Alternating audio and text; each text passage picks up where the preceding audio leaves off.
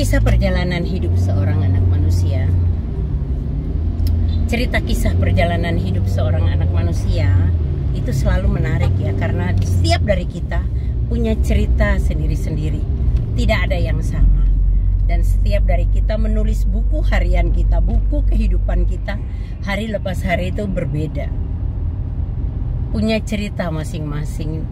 Ada yang mungkin menulisnya dengan tinta biru, ada yang menulisnya mungkin dengan tinta hitam, tapi ada juga yang mungkin penulisnya dengan tinta merah, artinya yang buruk sekali perjalanan hidupnya. Tapi dari setiap kita pasti punya cerita. Tidak ada yang tidak punya cerita. Kita semua punya buku cerita perjalanan hidup kita masing-masing tentunya, dengan berbagai versi. Ada yang ceritanya seperti Cinderella, ada yang ceritanya macam-macam deh.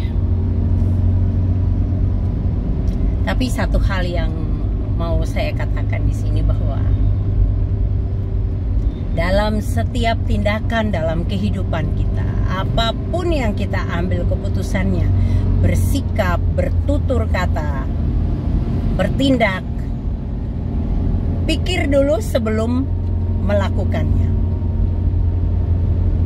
Karena setiap tutur kata kita, setiap tingkah kita ataupun tindakan kita pasti ada resikonya. Ada dua hal aja, baik atau buruk. Kalau baik sih puji Tuhan ya, enggak akan jadi masalah. Tapi kalau tindakan itu atau tutur kata kita yang menimbulkan masalah, tolong dipikirkan lagi sebelum itu diungkapkan kepada orang lain.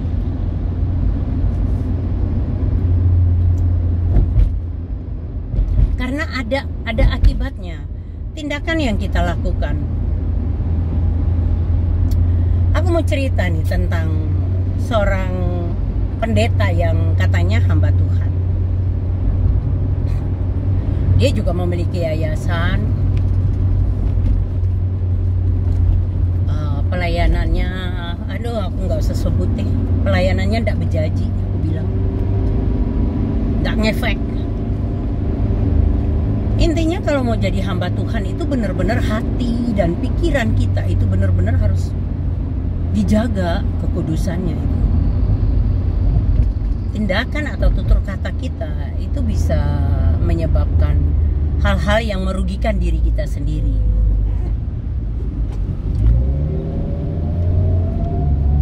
Tindakan pelecehan kepada perempuan ataupun tutur kata itu sangat mempengaruhi perjalanan hidup kita. Kalau orang Jawa bilang tuh becik setiti olo ketoro. Kamu mau tampilkan yang manis di depan orang, tapi sebenarnya kamu adalah nangka busuk. Saya bilang nangka busuk karena orangnya gendut juga. Nangka busuk. Kamu menampilkan yang manis di depan, tapi kamu bertopeng aja. Bawa nama Tuhan untuk jual, nama Tuhan untuk cari duit aja. Busuk bener. Dan banyak orang yang suka melakukan hal seperti itu. Sebelum bertindak, sebelum bertutur kata, mempermalukan orang lain, pikir baik-baik dulu.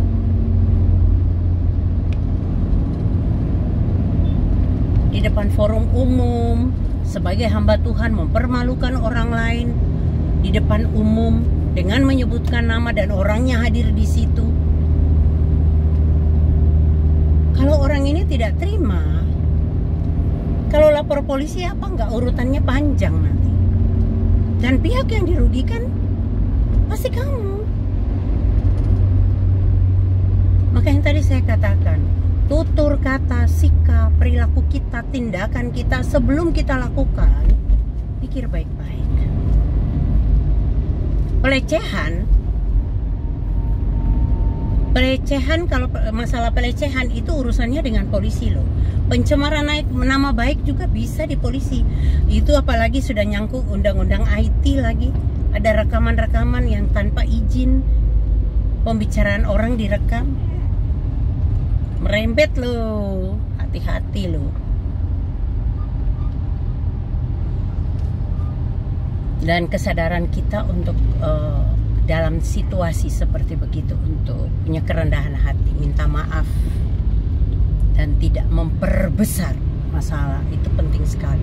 Tindakan kita itu harus yang positif, tutur kata kita harus yang positif. Kenapa harus positif? Lah kita ini beda di masyarakat kita ini beda loh. Kita ini hamba Tuhan. Hamba Tuhan tuh tutur katanya harus bagus. Tindakan harus bagus. Bukan cuma bagus dan benar di hadapan manusia, tapi yang utama lagi di hadapan Tuhan, karena mata Tuhan itu CCTV-nya Tuhan tuh ada di mana-mana loh. CCTV-nya Tuhan tuh di mana-mana kita itu. Apakah bisa kita menipu atau menutup mata Tuhan? Suruh tuh aduh biarin aja lah kita lakukan ini saat Tuhan tidur ya. Atau Tuhan mudah-mudahan gak lihat ya. Bisakah demikian? Tutur kata, sikap, tindakan sebagai hamba Tuhan itu harus dijaga benar. Tidak mudah, makanya saya bilang jadi hamba Tuhan tuh nggak gampang. Kalau nggak sanggup menjalani hidup sebagai hamba Tuhan, lebih bagus mundur. Apalagi kamu yang cuma cari makan di ladang Tuhan, jual firman Tuhan, jual nama Tuhan untuk hidup. Hati-hati kamu.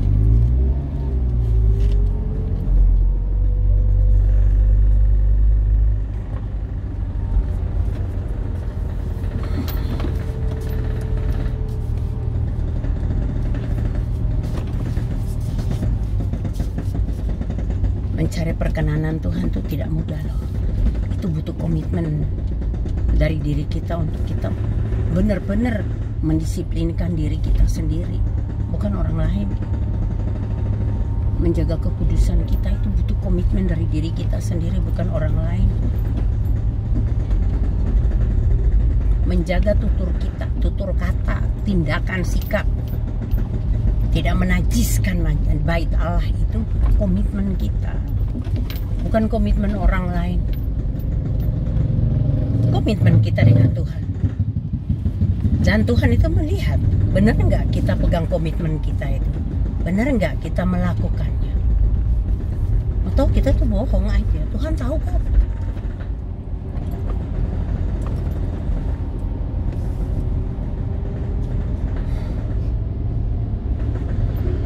Butuh kebesaran hati untuk mengakui kesalahan kalau kita salah. Butuh kebesaran hati untuk minta maaf pada orang yang sudah kita zolimi, sudah kita permalukan, padahal orang tidak salah, justru dia adalah korban pelecehan ya. Ini kalau saya perbesar masalahnya nanti bisa besar nih.